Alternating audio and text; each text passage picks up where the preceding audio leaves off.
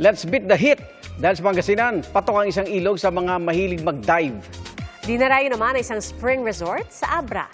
Makibiyahing saksi sa report ni Jessica Calinog ng GMA Regional TV, Balitang Bicolano.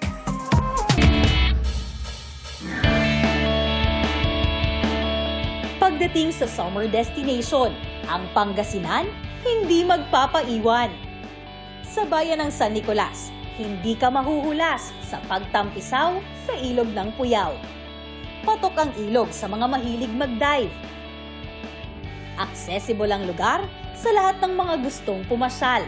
May mabababaw na bahagi, kaya pati mga bata mag-e-enjoy. Hitik din sa mga cottage sa ilog na pwedeng arkilahin para sa picnic at pahinga.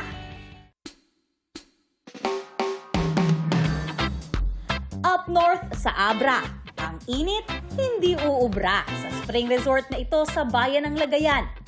Bentahe ang malamig na tubig galing sa bukal. Dagdag sa cool vibes ang mga nakapaligid na puno. Healthy at ideal lalo na sa kids. May bonus pang slide para sa gusto ng kaunting excitement. At kung napagod sa pagtatampisaw, pwedeng magpahinga at mag-relax sa mga cottage sa gilid ng pool. Sa bayan naman ng Tayum, tila naging makeshift resort itong tinatawag doong Tortorayo. Isa itong patubig o irigasyon na ang bumubulwak na tubig nagmistulang talon o waterfalls.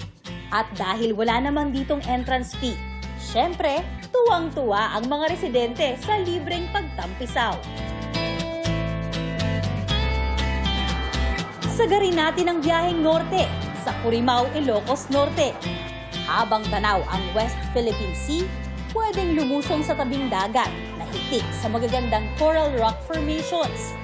Parang salamin ang payapang tubig na nare-reflect ang mga bato at ang bughaw na langit. Pang out of this world ang landscape. Para sa GMA Integrated News, Jessica Calinog ng GMA Regional TV, Balitang Bicolandia, ang inyong saksi. Mga kapuso, sama-sama tayong maging saksi. Mag-subscribe sa GMA Integrated News sa YouTube at para sa mga kapuso abroad, samahan niyo kami sa GMA Pinoy TV at sa www.gmanews.tv.